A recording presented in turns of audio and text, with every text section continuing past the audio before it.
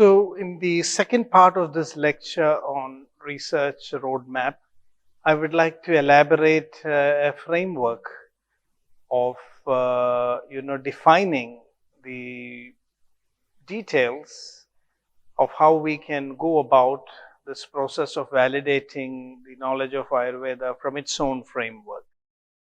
So here I have made a flow chart which shows on the one hand the methods of knowing, that is verbal testimony or aptobadesha, and then inference or anumana, and then perception or pratyaksha. So these are the two tools which we already discussed, three tools which we already discussed. So going a little deeper into this, verbal testimony helps us to enumerate all the concepts, the categories, the entities that we need to know to master a particular subject, and also define whatever we are learning. This enumeration is called as uddesha. So when this is also a more structured way of doing a literature review or study of aptobadesha. From the aptobadesha, we create the uddesha and the lakshana. Uddesha of all the padarthas that we have to study, as well as the lakshana or definition of those padarthas. So once we have listed and defined the categories of padarthas that we need to, study, then we have to do the pariksha through anumana and pratyaksha to actually, verify this knowledge. So uddesha, lakshana and pariksha. This is how we use aptobadesha, pratyaksha and anumana to generate knowledge. So what is the sign of confirming that we have done a good literature review? If you are able to do the uddesha or listing of all the padarthas, and if we are able to clearly define and understand these concepts, then we can say that we have studied aptobadesha and acquired jnana. Now, what is it that we are actually studying? So in Ayurveda, we say that through the process of observation, our basic concept here is to know whether we can bring these concepts into the domain of our experience or not. If what is discussed in the text cannot be experienced at all, then it is called as an abhava padartha, which means it has no meaning. It's just a concept, we cannot experience it. So this is a clear indication that the Ayurvedic process of knowledge building is very experiential. So through observation, we confirm whether we can experience what we are discussing. So there are the bhava padarthas and the abhava padarthas. So the abhava padarthas, the abhava actually could be absolute. You are talking about something which has absolute non-existence. So this is how even a dosha is studied. When you look at the concept of dosha, the question is it bhava or abhava? Is there a bhava or abhava of the dosha? And if it is an abhava, is it absolute, atyanda abhava? Or is it, a non-existence, prior non-existence? Something is not existent now, but may be existent in the future. Is it posterior non-existence, which means it is existent now, it was existent, but now does not exist? Or is it a mutually excluding non-existence? When one is existent, the other cannot be existent. So from this we can understand that the concept of abhava is also important. That it's not only, we need not be worried about concepts and theories that have absolutely no basis in our experience. If they are having an absolute non-existence, then they are not worthy of investigation. But the other types of abhavas, for example, pragabhava, something is not there now, but it might manifest in the future. To disease, in the concept of prevention, we are looking at pragabhava. Now the patient is not having a disease, but we see a sign that might create the existence of the disease in the future. Or you may be talking about pradvamsa bhava, that is Now you have a disease, but once it is destroyed, then it no longer exists. So the concept of abhava is very important in Ayurvedic diagnosis, assessment of treatments, in prognosis. The bhava bhava of padarthas are actually taken into consideration. So we study about dravya, guna, karma, samanya, vishesha and samvaya. Anything that we study in the universe can ultimately be reduced to these 6 categories. That is the beauty of this framework that has been elaborated in Ayurveda.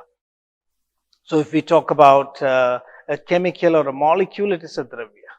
It has some properties which is its guna. It exhibits some activities or functions, and that is its karma. And then you compare 1 or 2 dravyas or gunas or karmas, then it becomes samanya or vishesha. When you study the relationship between a guna and a karma, and then it becomes, samavaya. So this is how the concept of rasa, substances which have madhura rasa have a particular type of action because of the samavaya between the madhura rasa and the brahmana karma. So these kind of concepts are discussed, and this is how the knowledge system of Ayurveda has been created. And a very interesting concept is that in Ayurveda we have a very rigorous approach to defining what we learn through our experience of defining the terrain, the map of the world, and this is called lakshana. It's very interesting that the word lakshana is one of the synonyms of Shastra. In fact, at the end of the 8th chapter of Manasthana, Charaka says, Lakshana āCārya Shishyanam. So instead of the word Shastra, he uses the word Lakshana, which means a good Shastra should be able to define whatever it describes. That is, it should be devoid of 3 faults, avyapti, ativyapti and asambhava. When you define something, it should be so clear and specific to what you are defining. It should not be applicable to something else. Like if you say that that which has 2 horns is a cow, it has ativyapti. There are many other animals out there which could be having 2 horns. So this is an example of ativyapti. When you have, so this you can also look at disease. In the context of disease, what are the diagnostic criteria for diagnosing a disease? Here the concept of avyapti, ativyapti and asambhava come into play. If you say fever is the sign of a disease, there could be so many diseases in which fever is a symptom. So this has the fault of ativyapti. And avyapti is when what you describe is not applicable to all the contexts of that particular experience. If you say that what is white is cow, all cows are not white. So it has the fault of avyapti.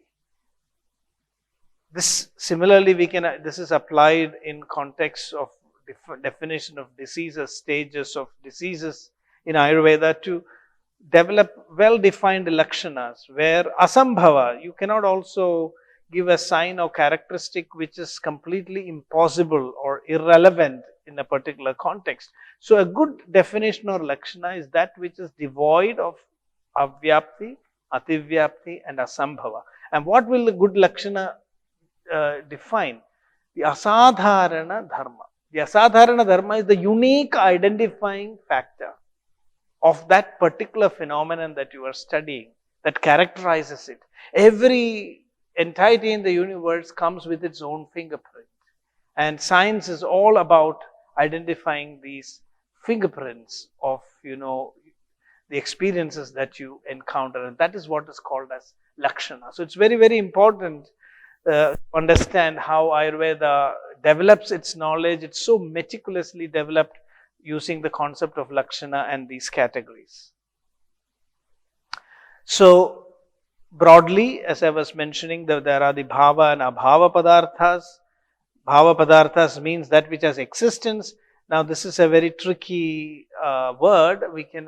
There's no way we can really conclude what is existent and what is non-existent, because everything that is existent may not be amenable to our experiences. So we can only, when we say that which is existent or non-existent, it means that which we can bring into our domain of experience. If we can experience it, then we say it is existent, bhava padartha. If we cannot experience it, then we say it is non-existent or abhava.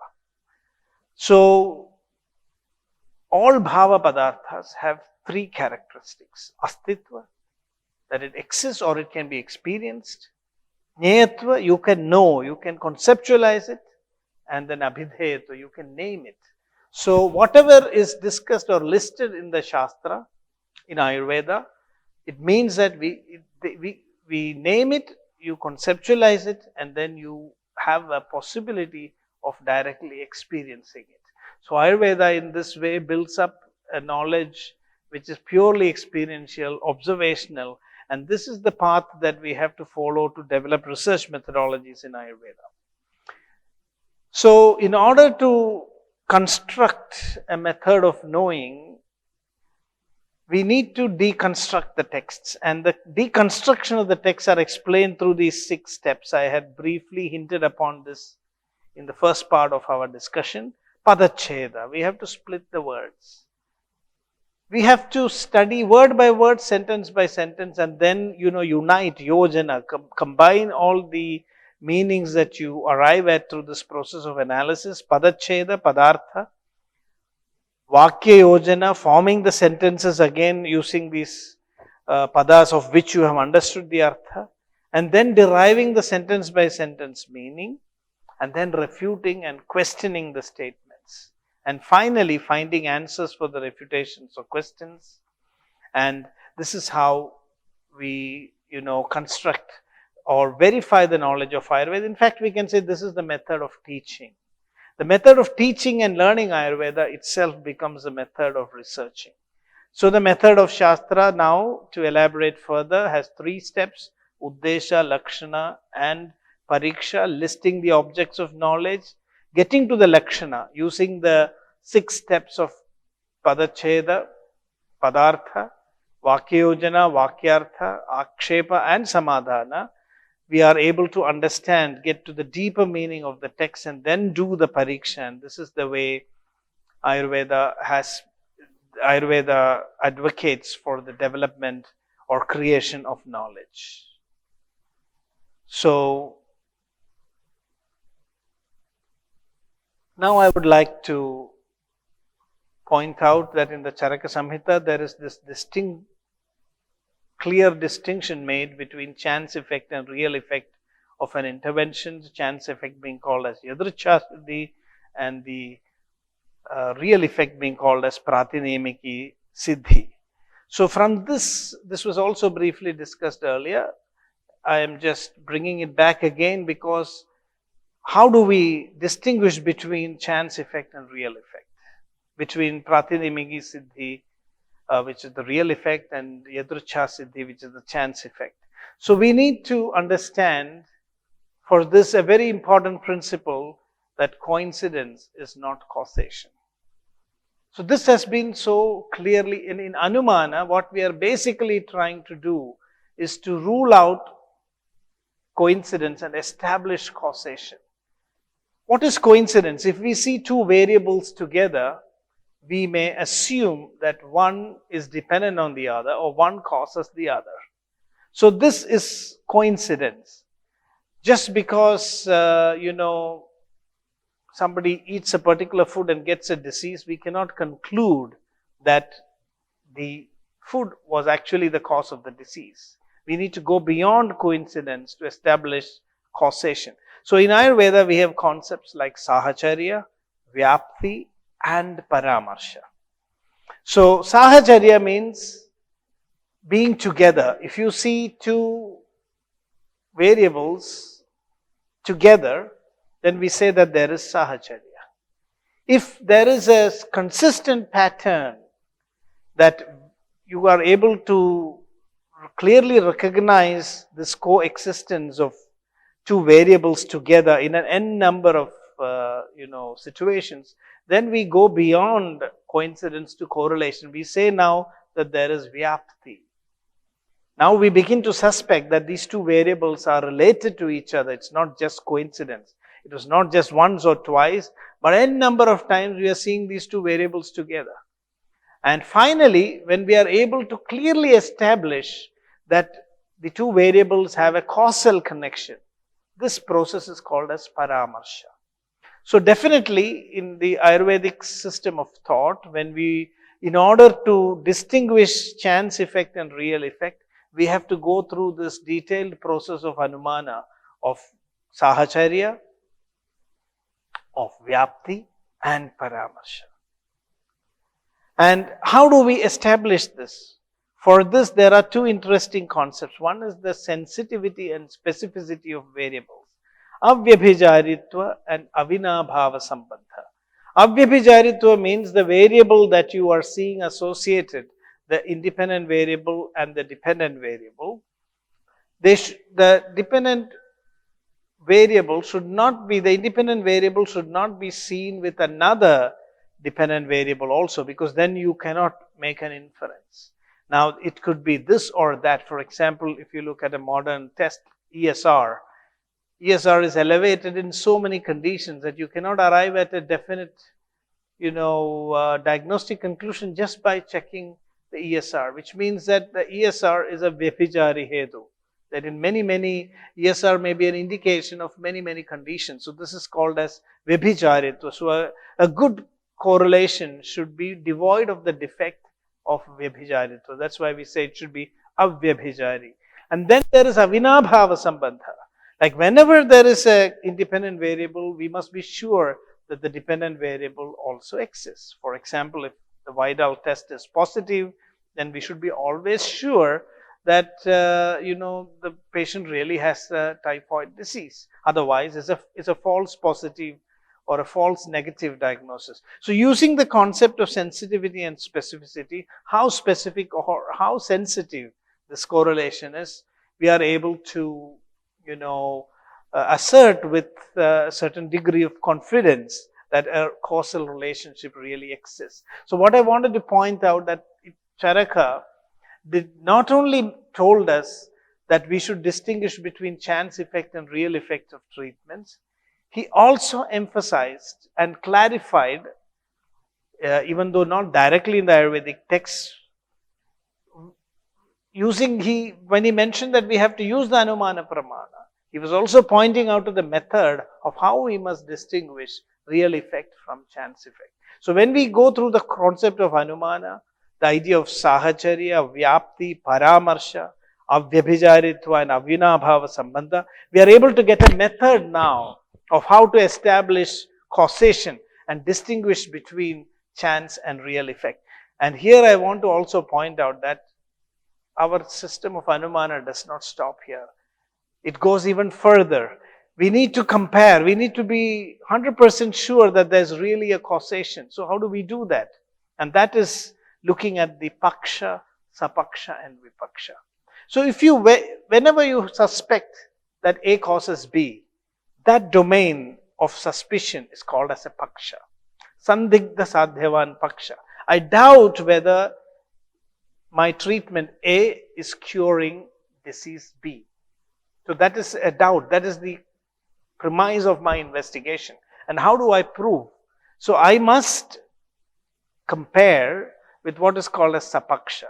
So I use another treatment, C, which will also produce the same result B, where I know that C actually works. So Sapaksha is like a positive control.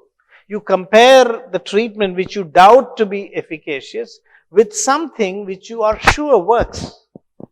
So, and then if both produce the same result, we can tell with a certain degree of confidence that yes, this is also working similar to a medicine which we already know works, but that is not enough. In Anumana, we must also have a Vipaksha. Vipaksha means you must also compare it with another context where you are giving an intervention that we know will not work in that condition. So this is the negative control. The placebo is an example of a negative control. or it could be no intervention at all, could be a negative control. Of course, there are ethical issues here, but the thing is, in terms of rigor of methodology, it has been very clearly defined.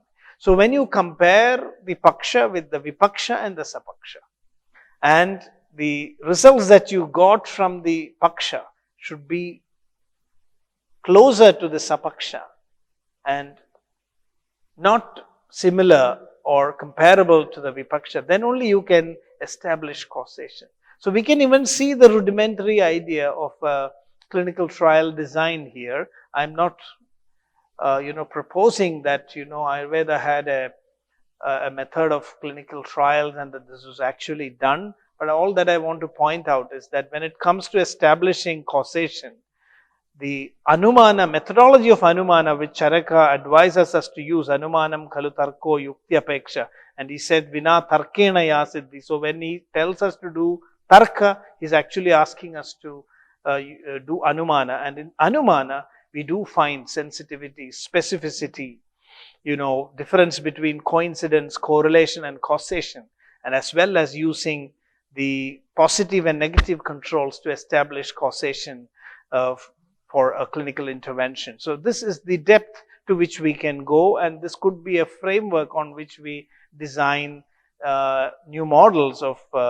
verification or validation of Ayurvedic treatments. So now I'll try to explain a little bit more about this concept of the relationship between variables and markers. In modern medicine also we use these concepts for arriving at a specific diagnosis.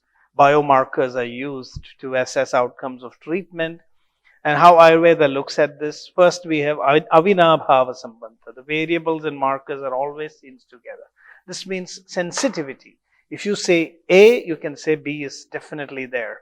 How confident can you say? You can express it also as a mathematical value. If there's 100% sensitivity, then whenever I see A, I can tell for sure that there is also B. But if sensitivity is less, 90%, then 10% of the time I may be wrong, but 90% of the time I may be right. And when you say 𝘕𝐸𝐵𝑗𝑎𝑟𝑖𝑡va, this means that the dependent variable is seen only with a specific independent variable. So this is specificity. I can be sure that if the less specific variable you're looking at, the more you have to distinguish differential diagnosis. So if I get a positive ESR, a high ESR value, I'll have to think of many possibilities. It could be inflammation, it could be infection. So I cannot be sure what's really going on in the body. Ayuta siddhatva is when the independent variable is absent, the dependent variable also becomes absent. This is very important in understanding whether a disease has been cured or not. For example, in cancer, if there are tumor markers and your treatment is not just, giving symptomatic relief, if the tumor markers are all completely gone, then it means now the cancer activity is not there and the patient has probably come into a remission. So this is the concept of Ayuta siddhatva. So causation is confirmed only by testing these elements. So this is the rigor. This is why we must look at Ayurveda as already validated. If you look at a respectable treatise, it means that a certain amount of validation, a certain rigor of validation has already gone into the development of this knowledge. And today what we need to do is it's more than revalidating, it's more than presenting this evidence in a form and language that is more relevant and understandable in today's world. The next point that I want to say is about safety and efficacy. Today when we talk about medical systems, everything has to be evidence-based. What is the evidence that we are talking about? It's about safety and efficacy. And it's so interesting that in Ayurveda, we have these concepts in a very profound way, using Ayurvedic terms. I was quite intrigued when I came across these two terms like Shuddhi and Siddhi. These are two terms that are used in Ayurvedic texts. And it took a long time for me to understand that, this was an ancient way of understanding safety and efficacy. In fact, Ayurveda says that your treatment or your intervention should be Shuddha. Shuddha means without any side effects, safety. This is what we call as safety is shuddhi of your chikitsa. Prayoga shamayed vyadhim yonyam anyamudirayed nasau vishuddha shuddhastu shamayed yenna kopayed. Shuddhastu shamayed na kopayed. So the shuddha chikitsa is that which will bring down the imbalance of the body without creating a new imbalance. So you can clearly see that the concept of safety is ingrained into the definition of Ayurvedic treatments. In fact, Ayurveda says that there is no safe substance. Only a prayoga can be safe. There is a safe way of using something. But nothing is safe in this universe. Many people have a wrong idea that because something is Ayurvedic, it is safe. And that is why people are getting into, Ayurveda is getting a bad reputation. It's very important that we explain this very clearly to the modern world, even to the modern Ayurvedic students. Charaka clearly says that lack of knowledge about a substance is what makes it the most unsafe. If you use something without knowing about it, then it's extremely dangerous. So, safety is concerned with two things. One is the inherent safety of that substance. The other is the knowledge of the person who is using that substance. Aushadam hi anabhityādam nāmarūpa gunaistribhi vijñādam chāpi duryuktam anarthāyopapadyate. If you use a substance which you do not know, or if you misuse a substance which you know, both will lead to unwanted effects. So Charaka says, nacha kinchid adosha nurgunam. There is nothing which has got no doshas or gunas. So through a proper prayoga, shuddha prayoga, you can minimize the side effects and make the treatment safe. And this is why in Ayurveda, even though in India we have 10,000 and perhaps even more medicinal plants, Ayurveda has used only 600 to 1,000. Because it takes a long time for us to study these plants. Only those plants and substances which we knew thoroughly, the Ayurvedic tradition used in actual clinical practice. So in Ayurveda, we have elaborate descriptions of how to process, how to combine. One of the main reasons why Ayurvedic medicines, herbs like tulasi have been banned in the West, because they are used as single herbs. In Ayurveda, medicine is a yoga combination, and it's a combination which makes it actually safe. If you use them singly, if somebody thinks that tulasi is good and keeps eating a lot of tulasi, then it can produce so many unwanted effects. This is what has happened in the West. So these safety protocols are very elaborately described: risk assessment, exposure, risk-benefit ratio, who should take what. And it's very interesting that Ayurveda has also described iatrogenic diseases. Diseases that are caused by mithyopachara or wrong treatments given by, the physicians. Adverse events are described as vyapats, unwanted, undesirable effects as vyapat. And most interestingly, a lot of people have pointed out, historians, that Ayurveda does not really have room for accepting medical error. The physician is to be believed and surrendered to. This is not true, because the 𝐴CARA Samhita very clearly says at one point in the beginning, in the Sutrasthana, the first chapter itself, that the patient who is desirous of his own life or protecting and preserving his own life, he should deny the treatment given by a physician, who is not using the medicines in a rational way. Tasmanna bhishaja yuktam yukti bahyena bheshajam dhimata kinchidadeyam 𝐻𝑚𝐸 𝐷𝘦𝘥𝘢.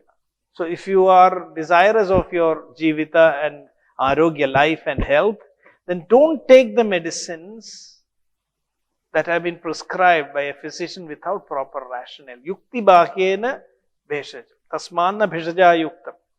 If a physician has